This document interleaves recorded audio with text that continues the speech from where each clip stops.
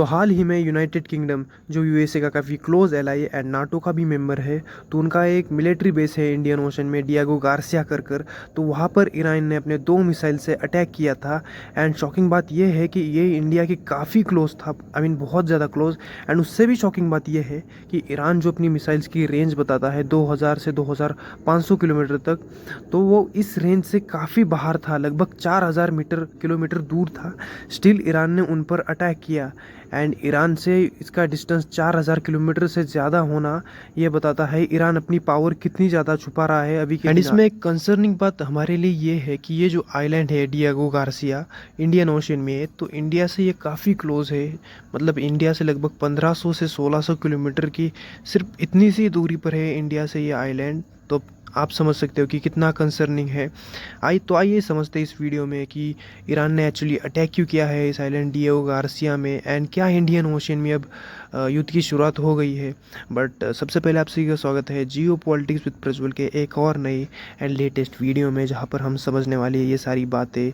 But अगर आप channel पर नए हो तो प्लीज़ चैनल को सब्सक्राइब कीजिए, एंड अगर नए हो तो चैनल को सब्सक्राइब कर बेल आइकन को भी प्रेस कीजिएगा कि ताकि कोई भी अपडेट आपसे कभी मिस ना हो। असल में होता क्या है कि ईरान 21 मार्च 2026 को अपनी 2 बैलिस्टिक मिसाइल्स यूनाइटेड किंगडम मतलब यूके एंड यूएसए के जो मिलिट्री बेस है जिसका नाम डियागो गार्सिया है, वहाँ पर लॉन्च करता है। जो डियागो गार्सिया मॉरिशस देश के पास लोकेटेड है बाय द वे, जिसे यूनाइटेड किंगडम अपने कंट्रोल करता है। मतलब जो आप ऐसा कह सकते हो कि यूनाइटेड किंगडम का ही जो मिलिट्री बेस है, एंड जहाँ पर यूनाइटेड किंगडम एंड यूएसए के दोनों के भी शिप्स तैनात रहते हैं, जिसमें बहुत इंपॉर्टेंट शिप्स रहते हैं, जैसे कि वहाँ पर उनकी सबमरीन्स रहती है, वहाँ पर यूनाइटेड किंगडम एंड यूएसए के नेवल जहाज़, वहाँ पर उनके बॉम्बर्स एंड वेरियस और भी चीज़ें तैनात रहती है। ये लिस्ट यहीं पे ख़त्म नहीं होती, तो यहाँ पर यूएसए के सर्विलांस शिप्स, सर्विलांस प्लेन, यहाँ पर बॉम्बर जैसे कि B-1 B-52 ये भी यहाँ पर ही तैनात रहते हैं। तो बेसिकली ये जो आइलैंड है वो यूएसए के लिए एक लॉन्च पैड का काम करता है। अफ्रीका, मिडिल ईस्ट या फिर इंडो पैसिफिक में कोई भी ऑपरेशंस करने के लिए यूएसए इसी बेस का ऑब्वियसली इस्तेमाल करता है। जैसे हाल ही में यूएसए ने जो ईरान की शिप्स को डुबाया था, जो इंडिया की नेवी के साथ जो एक्सरसाइज करने आई थी, विदाउट रीज़न डुबाया था ऑब्वियसली, तो उसको जो जिस सबमरीन ने टॉर्पेडो से मार गिराया था, तो वो सबमरीन भी इसी आइलैंड मतलब डियागो गार्सिया से ही ऑपरेट की जा रही थी। तो इतना इम्पोर्टेंट होने की वजह से ऑब्वियसली ईरान को ये मालूम भी होगा, तभी ईरान ने 2 जो मिसाइल्स है वहाँ पर फायर की, एंड जिसमें से एक मिसाइल्स वहाँ पर गई भी नहीं। बट जो बची मिसाइल वहाँ पर गई थी, तो उसे भी यूएसए के जो edges and SM-3 intercept missile है उसने इंटरसेप्ट करके गिराया, एंड मिसाइल लैंड होने से पहले ही उसे हवा में मार गिराया। और अब आपको अंदाज़ा लग गया होगा कि ईरान ने एक्चुअली में इस जो मिलिट्री बेस पर अटैक किया क्यों।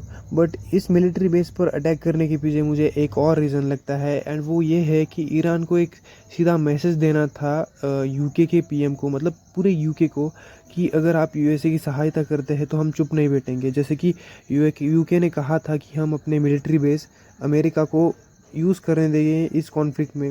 तो मुझे लगता है कि इसी का आंसर दिया होगा कि ईरान ने, कि अगर आप हमारी जो बीच में आते हैं युद्ध के, यूएसए को सपोर्ट करते हैं, तो हम भी आप पे एक्शन ले सकते हैं। जैसे कि ईरान ने करके दिखाया था पिछले कुछ दिनों में। ईरान ने जो अपने करीब के अरब के देशों पर अटैक किया था, उनके बड़े बड़े शहरों पर अटैक किया था, जैसे कि सऊदी अरेबिया, कतर, ओमान, इन देशों पर भी अटैक करके दिखाया था। वही मैसेज अभी ये देना चाहते हैं। एंड इस मिलिट्री बेस पर अटैक करने से इंडिया को कोई बड़ा खतरा नहीं है, बट हाँ ये बात भी कहनी होगी कि इंडिया इसे टोटली नेगलेक्ट भी नहीं कर सकता, इसे एंड करना भी नहीं चाहिए, क्योंकि ये मिलिट्री बेस इंडिया की जो एक्सक्लूसिव इकोनॉमिक जोन है उससे सिर्फ लगभग 1500 से 1600 किलोमीटर की दूरी पर था।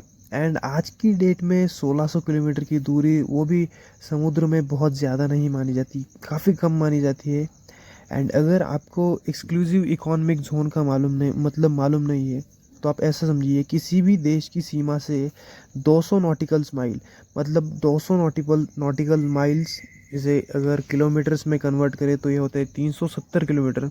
तो 370 किलोमीटर तक किसी भी देश की सीमा के अराउंड उसी देश का अधिकार रहता है, तो उसे वहाँ पर फिशिंग कर सकता है। मैरीटाइम जो सी फूड्स है वहाँ पर उसका अधिकार होता है। वहाँ पर उस देश का जो क्रूड ऑयल मतलब कच्चा तेल या फिर नेचुरल रिसोर्सेज होते हैं वहाँ पर उसी देश का अधिकार होता है।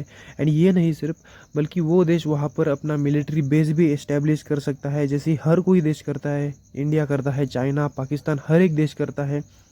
तो इसी एक्सक्लूसिव इकोनॉमिक जोन से 1600 किलोमीटर, एंड अगर मेन लैंड की बात करें तो यहाँ से लगभग 2000 किलोमीटर तक हमला हुआ। बट जो ईरान ने इस डियागो गार्सिया आइलैंड पर अटैक किया था, उसमें मुझे एक सबसे ज़्यादा इंटरेस्टिंग चीज़ तो ये लगी कि ईरान जो अपनी मिसाइल्स की रेंज क्लेम करता है वो काफ़ी कम है, एंड उस रेंज से ये आइलैंड बहुत दूर था। मतलब ईरान अपनी मिसाइल्स की रेंज सब लगभग 2000 से 2500 किलोमीटर तक क्लेम करता है, बट ये आइलैंड उससे काफ़ी दूर था, 4000 किलोमीटर दूर आइलैंड था।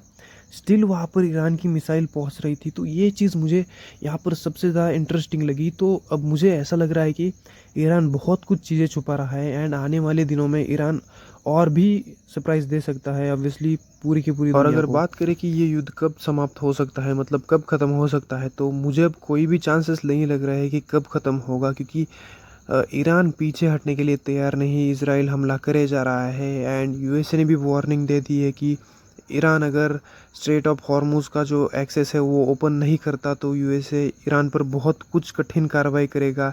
एंड मुझे लगता है कि अब अरब के जो बाकी देश है जिन पर ईरान ने हमला किया था, Saudi Arabia, Oman, Qatar, UAE, ये बाकी के देश भी अब ईरान पर मुझे लगता है कि रिटेलिएट कर सकते हैं।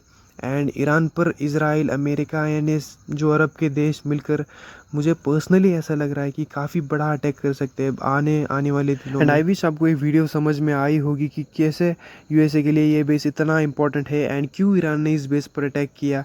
एंड ऐसे ही अगर कोई भी अपडेट आती है इन द फ्यूचर इस टॉपिक के रिलेटेड या फिर वॉर के रिलेटेड, तो मैं उस पर अपडेटेड वीडियो ज़रूर बनाऊँगा।